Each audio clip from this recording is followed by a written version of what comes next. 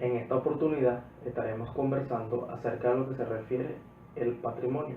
Nuestro equipo está conformado por Catherine Bolívar, María Landaeta, Ingrid Díaz, Catherine Cotra y mi persona, Marvin Chacón. Con respecto a las relaciones jurídicas, existen derechos y obligaciones donde el sujeto puede exigir un determinado deber. Efectivamente, en estas relaciones jurídicas existe la persona que puede actuar como sujeto activo o como sujeto pasivo y se crearán derechos y obligaciones de carácter económico. Para poder definir el término o el concepto del patrimonio involucra que lo comparemos con patrimonio jurídico, patrimonio colectivo o corporativo, patrimonio cultural o de la humanidad o el patrimonio contable y económico. De esta manera tendremos un concepto realmente objetivo a lo que se refiere el patrimonio, considerando que se involucra en varias áreas. Ahora bien, desde que la persona nace en un hospital y recibe una nalgada, la cual desde el sentido jurídico es para demostrar que la persona nació viva y adquiere una personalidad, es decir, una personalidad jurídica, ya que va adquiriendo deberes y derechos. Desde que esa persona nace, posee un patrimonio representado inicialmente por la indumentaria, que significa la ropa que lleva puesta, así como los demás accesorios que le pertenecen. Ese patrimonio no es fijo o estático y va cambiando con el tiempo a medida que la persona va creciendo.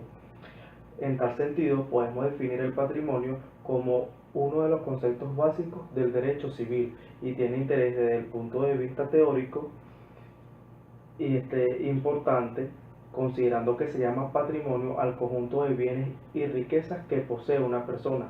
Ejemplo, cuando una persona tiene una gran fortuna, podemos decir que posee un gran patrimonio. Representa todo un universo constituido por el conjunto de derechos y obligaciones que corresponde a una persona natural o jurídica, sin olvidar que su característica inicialmente se basa que eso es apreciable a nivel de dinero. Entonces tenemos que el patrimonio activo se refiere al que designa un conjunto de bienes y derechos que componen el activo de una propiedad, y en cuanto al patrimonio pasivo se encuentra comprendido por todas las deudas que lo gravan, al igual que cualquier relación jurídica susceptible de tener repercusión económica. Solo así se comprende que se pueda decir que es un heredero puede no resultar beneficioso, considerando que en vez de haber heredado una gran fortuna, hereda las deudas de la persona que ha fallecido. Entonces, en el patrimonio activo tenemos toda la fortuna o toda la riqueza a nivel tangible que puede tener una persona, y en el caso del patrimonio pasivo son todas aquellas deudas adquiridas a través de un bien. Saludos, profesor. Mi nombre es Catherine Bolívar y yo le voy a hablar acerca de las teorías del patrimonio y las clases de patrimonio. Resulta necesario para entender jurídicamente el patrimonio hablar acerca de su naturaleza y, por tanto, de las teorías que lo tratan de explicar. Existen en consecuencia dos teorías. Esta sería la clásica o también llamada del patrimonio de personalidad y la otra sería la moderna o del patrimonio de afectación. La mayoría de los autores trazan el origen de la teoría del patrimonio a la obra de dos autores franceses. Ellos definen el patrimonio como el conjunto de las relaciones jurídicas valorables en dinero, que son los activos o pasivos de la misma persona y que se considera como constituyendo una universalidad jurídica. Cada persona tiene un patrimonio y la teoría del patrimonio considera que el patrimonio es independiente de los bienes que una persona posea. Inclusive una persona puede no tener ningún bien y aún así tiene un patrimonio. Es, en otras palabras, una actitud para poseer de tal forma que el patrimonio de una persona también incluye derechos de propiedad futura. En tal sentido, por ejemplo, que una obligación actual recae sobre cualquier bien o derecho sobre tal, incluso los adquiridos en el futuro. Eh, Teoría objetiva o patrimonio de afectación. Es a partir de las observaciones mencionadas que algunos de los autores, notablemente como Prince y Becker, desarrollaron la llamada teoría del patrimonio objetivo. Los autores alemanes observaron que el criterio común que hacía considerar las universalidades era una finalidad común y por ello las calificaron como patrimonio de afectación. Los patrimonios objetivos sin vinculación con persona alguna. Teniendo en consideración la concepción filosófica de Rudolf von Ihering, de que el derecho es un interés jurídicamente protegido, es posible admitir que el ordenamiento jurídico posee o puede pretender proteger, además de las personas, ciertas finalidades u objetivos. Y por ello no es difícil aceptar que en torno a esas finalidades puedan agruparse también bienes y obligaciones o deudas.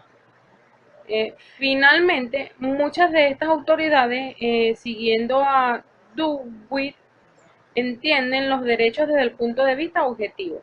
Sin embargo, hay matices entre las diferentes autoridades acerca de las implicaciones de las teorías. Las clases de patrimonio. Los objetos inmateriales susceptibles de valor e igualmente las cosas se llaman bienes. El conjunto de bienes constituye el patrimonio. Y estos patrimonios hay diferentes tipos y estos se dividen en patrimonio personal o general, patrimonio espacial o separado, patrimonio de destino o de administración, patrimonio colectivo y patrimonio autónomo.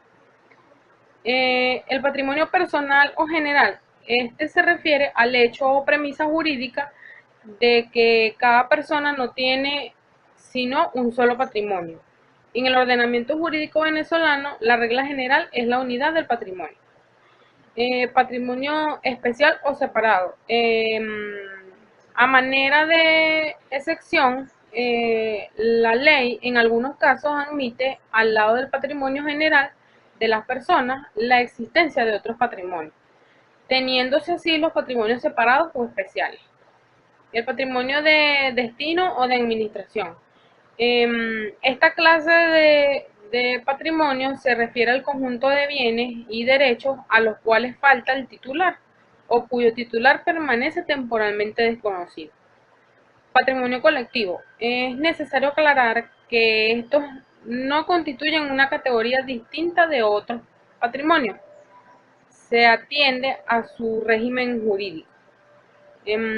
Su característica es que la titularidad de los mismos corresponde a más de una persona. Y el patrimonio autónomo, para un sector de la doctrina, alude a un patrimonio aparte y nuevo con un propio sujeto colectivo, o cuando menos con la finalidad con la finalidad propia, en espera de reconocimiento y sobre el cual inciden autónomos derechos y obligaciones. Antes de la existencia de la persona a la cual se adscribirá el patrimonio, la autonomía es fáctica en el sentido de que los bienes no dejan de pertenecer a los entes que la poseen. Hola, mi nombre es María Landaeta y le vengo a hablar acerca de los casos que se pueden presentar en los derechos venezolanos del tema del patrimonio. En esta oportunidad le voy a hablar acerca del patrimonio separado por vía de la herencia, aceptar beneficios de inventario y también beneficiarios del hogar.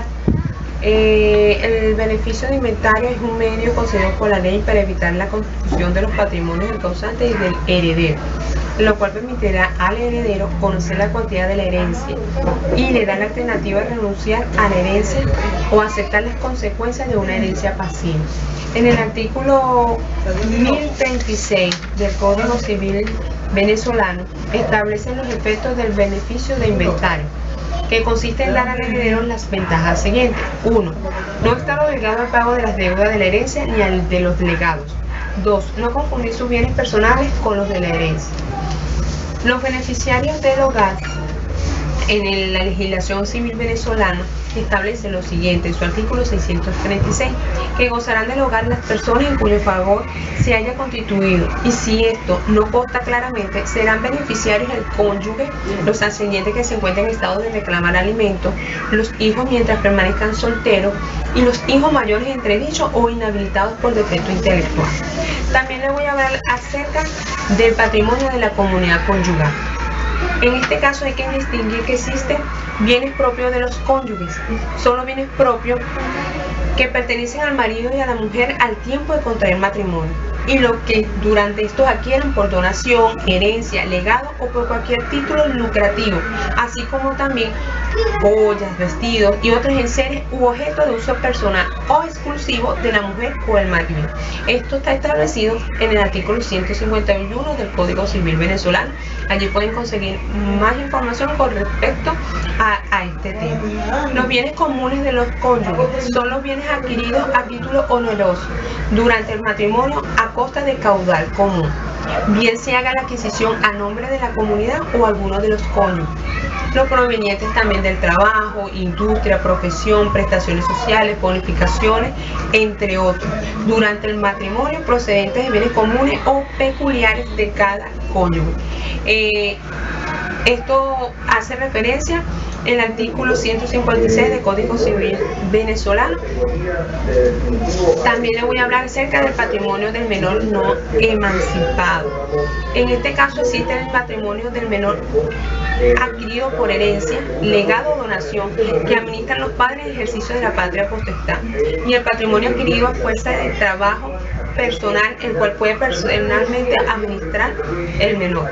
Patrimonio de destino o de administración se refiere al conjunto de bienes y derechos a los cuales falta el titular o cuyo titular permanece temporalmente desconocido. Esto es toda la información que quería compartir con ustedes. Espero que les sirva de utilidad. Se despide de ustedes, Mariana Naira.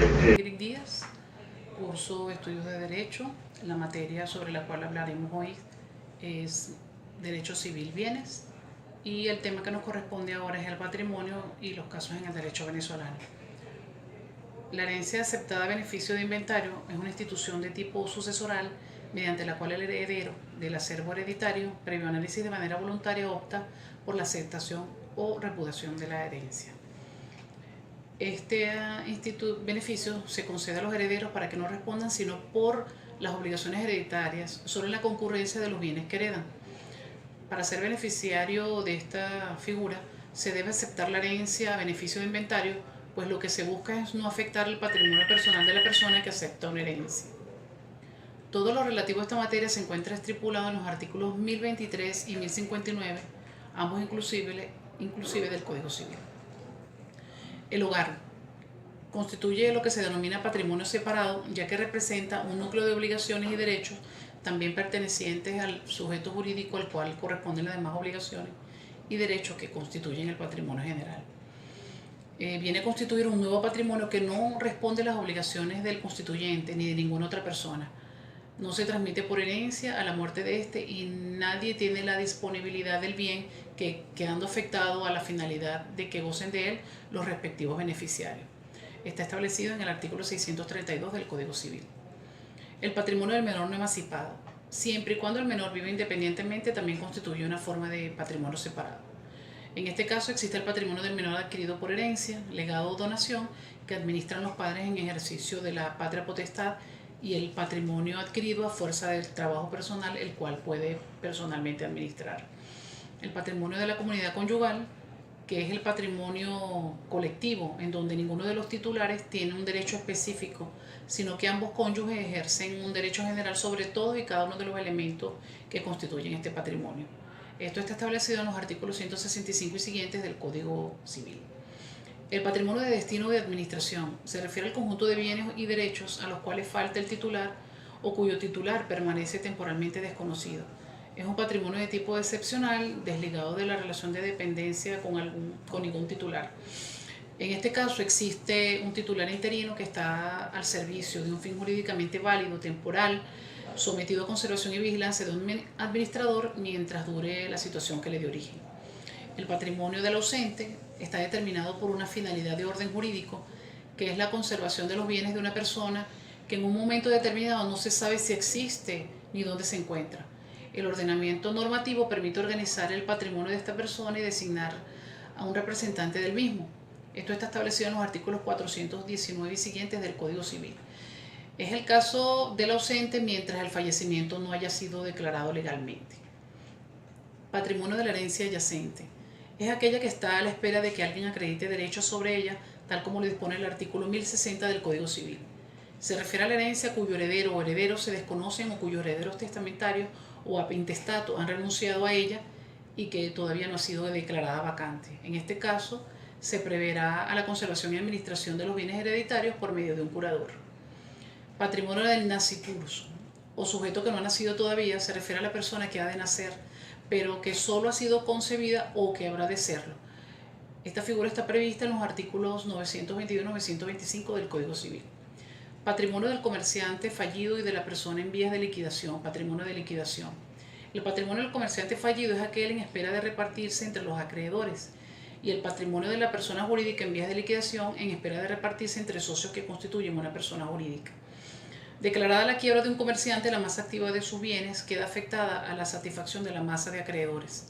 Estos acreedores, por medio del síndico, administrarán los bienes del fallido, artículos 939 y siguientes del Código de Comercio. Como características comunes de estos patrimonios, podemos decir que están destinados a tener un titular y un titular conocido. Están sujetos a un régimen de administración temporal mientras dure la inexistencia o desconocimiento del titular. Es un patrimonio separado, son más bien parte de patrimonios generales que se convierten en separados cuando se define la persona de su titular.